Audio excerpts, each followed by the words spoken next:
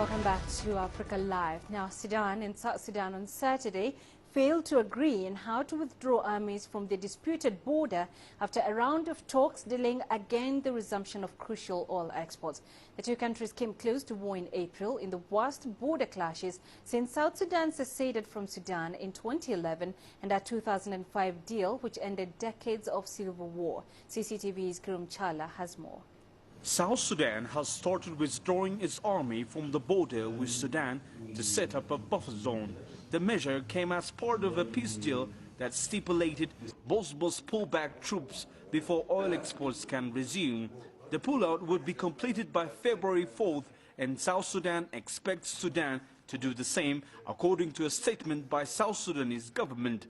Mistrust remains deep in both parties, and withdrawal from the disputed 2,000 kilometers border was complicated by fighting on the Sudanese side between Sudan's army and rebels that Khartoum says South Sudan supports. Juba denies this. On the other hand, officials say South Sudan and Sudan have failed to reach an agreement on security arrangements in oil exports after several days of talks in the Ethiopian capital, Addis Ababa.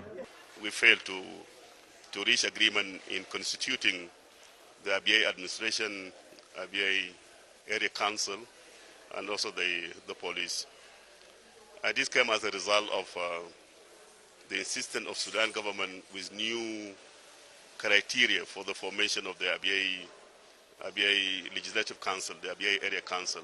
The two sides were negotiating the implementation of a safe demilitarized border zone, which called on both Juba and Khartoum to withdraw their armies at least 10 kilometers from the disputed border region. South Sudan's negotiating team said in a statement on Saturday a key sticking point has been the demilitarization of a contested 14-mile strip of land bordering Sudan's Darfur and South Sudan's northern Bahr el-Ghazal states. When the summit resolved that for the two heads of the state to meet again on the final status of ABA, we have to form ABA administration. We have to finalize the matrix for the implementation of 9 agreements.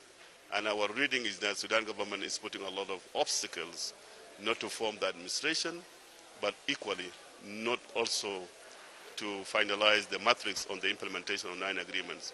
The recent joint meeting between Sudan and South Sudan was supposed to give a final solution for the long-prevailed dispute between the two nations, as it was dealing with the matrix of implementation which was formulated by the mediator, African Union High Implementation Panel. But it failed.